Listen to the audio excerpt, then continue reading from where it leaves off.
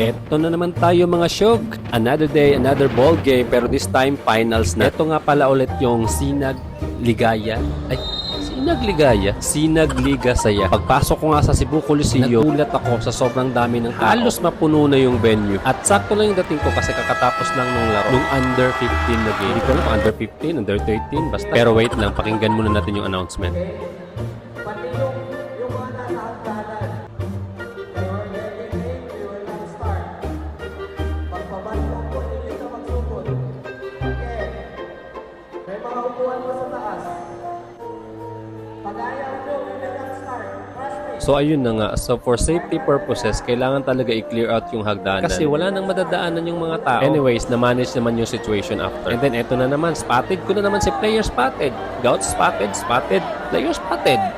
Ano daw? Pero given na yun kapag may mga gitong event, asahan nyo na o malaki talaga yung chance na andyan si player spotted. Kasi grabe yung supportan niya sa mga kabataan or yung mga bagong sibol na basketball player. Anyways, ang dami ko na namang sinasabi. So yun na nga, may isang laro pa before yung finals ng U19 and U23. So kaya panoorin muna natin to. Kasi nag-enjoy din ako kasi Cebu versus Gulayat. Gulayat? Kasi ang tangkad do isang player nila. Anyway, sa totoo lang medyo nahirapan talaga yung mga nakadilaw dito kasi ang tatangkad ng kalaban. Pero mahuhusay talaga din itong mga batang. So, manood muna tayo ng very quick.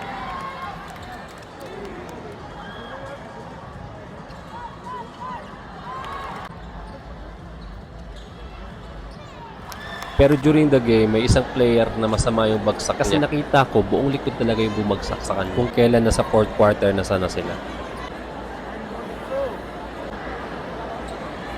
At kahit yung ibang player sa kabilang team nag-alala at napakita rin ng support. Ito yung tinatawag na sportsmanship because at the end of the day, iisa lang yung mga goal ng mga yan, ang makapaglaro at manalo. At hindi para maghanap ng kaaway or gulo.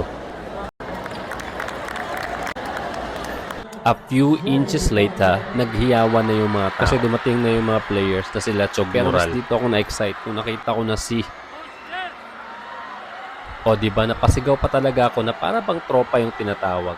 Tropa yarn, pero kidding aside, hindi ito seryoso na. Nung nakita ko si Coach Jess, na para bang nakita ko na rin si Rene, pati Dabra and off-campus players. Ganun yung pakiramdam kasi ko. Hindi lang naman ako. Marami sa atin yung naging apektado dahil kay Rene Butterbonia. Marami sa atin na gusto makita in person yung mga takadikit sa pangalan ni Rene Butterbonia. And that's what you call Rene Butterbonia effect. Kaya halos lahat ata sila pinalo ko. And i-share ko lang ulit kung lagpas 30. Halos hindi nga ako marunong mag-basketball. Pero eto ako ngayon, nag-i-enjoy manood ng mga laro, sinusuportahan at sinusubaybayan ang mga batang may malaking kinabukasan sa basketball. So ayun lang, masyado natang mahaba yung sinasabi. Vlog to, hindi naman to documentary. So magsisimula